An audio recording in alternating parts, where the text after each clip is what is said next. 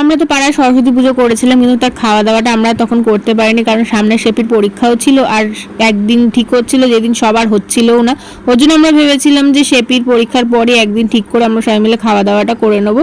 তো আজকেই সেটা করছিলাম। আমরা তো হোম ডেলিভারিতে বলে দিয়েছিলাম ফ্রাইড রাইস আর আলুর দম। আমরা রাতের বেলা করেছিলাম খাওয়া দাওয়াটা, দুপুরবেলা আমরা পিকনিক মতো সবাই যে যার ঘর থেকে চাল ডাল দিয়ে সব যা যা ছিল দিয়ে আমরা নিজেদের মতনই করে নিয়েছিলাম। আর চাটনিটাও আমরা বাড়িতেই করেছিলাম, আর মিষ্টিটা তো দোকান থেকে নিয়ে এসেছিলাম।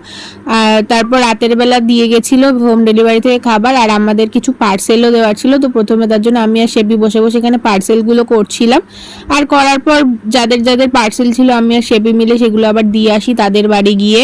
তারপর অনেকে বাড়ি চলে যাবে, ওর জন্য ওরা বললো যে তাড়াতাড়ি খেয়ে নেবে, তার জন্য তাদেরটা আগে দিয়ে নিই। আর তারপর আমরা সবাই মিলে বসে বসে গল্প করছিলাম, আর তারপর আমরাও খেয়ে দিয়ে বাড়ি চলে যাই। তো আজকের ব্লগটা এইটুকু। যদি ভালো লাগে থাকে please do like, comment, share and subscribe to my channel. দেখা হচ্ছে তোমাদের সাথে নতুন কোনো ভিডিওতে। আজকের মতো এইটুকুই, টাটা।